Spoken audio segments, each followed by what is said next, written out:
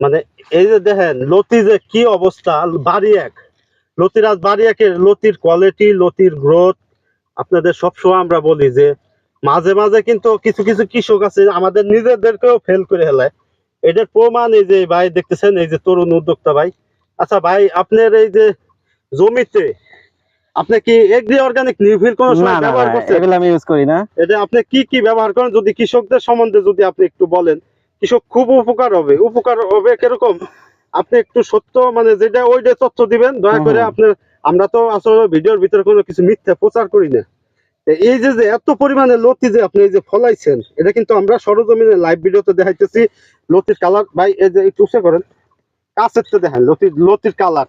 আমাদের লতিলাস বাড়ি একের মানে গ্রোথ আর লতির কালার, আপনি দর্শকদের সামনে একটু বলেন যে আপনি কি কি সার এই পর্যন্ত ব্যবহার করছেন। আমি যখন চারাটা লাগাই তখন ইয়া দিছিলাম, ওই আপনার ওইটা কি যে বলে, টিএসপি। হ্যাঁ হ্যাঁ, টিএসপি আর পটাশ, এই দুইটা দিছিলাম। হ্যাঁ, আর দেওয়ার পরে পরবর্তীতে শুধু আপনার ইয়া ওই আপনার সব পদে সারি ভাজাই দিছি, টিএসপি পরে পটাশ দিই নাই। নাটোর আর যশোরের যে কিছু লোক আর আছে, হ্যাঁ, ওইটারও এটার সম্বন্ধে আপনি কি বলেন যে এরা যে তথ্যগুলো দেয়, এগ্রি অর্গানিক 1 কেজি নিউফিলের দাম হচ্ছে 11 থেকে 1200 টাকা।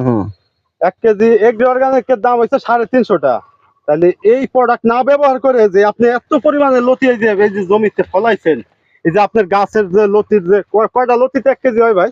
এটা আপনার 15-16টা লাগে সর্বোচ্চ, যদি মাঝারি সাইজ আর ইয়া সাইজ হয়। আর যদি মোটা হয় তাহলে এটা 10-12টা লাগে। বিশ্বাস করে না, মানে এই যে যে আপনি যে ফলনটা পাইছেন, মানে সর্বোচ্চ মানে এরকম ফলন যদি আসে 1 বিঘা জমিতে কয় কয় মন লতি? 1 বিঘা জমিতে সপ্তাহে সপ্তাহে 7-8 মন হবে ইনশাল্লাহ। নরমালি সম্ভব, হ্যাঁ ঠিক হ্যাঁ, না? নরমালি সম্ভব। আপনি বিশ্বাস করেন। আর আমরা এই যে দেখতেছেন এই জমিটা ভাই, ভাই এই জমিটা লতি কাটছেন কয়দিন আগে? এটা লতি কাটছি 5 দিন আগে। 5 দিন আগে লতি কাটছেন, কি পরিমাণে মানে আরো 2 দিন দর্শকে বিশ্বাস করবে না, মানুষ দেখলে বিশ্বাস করবে না।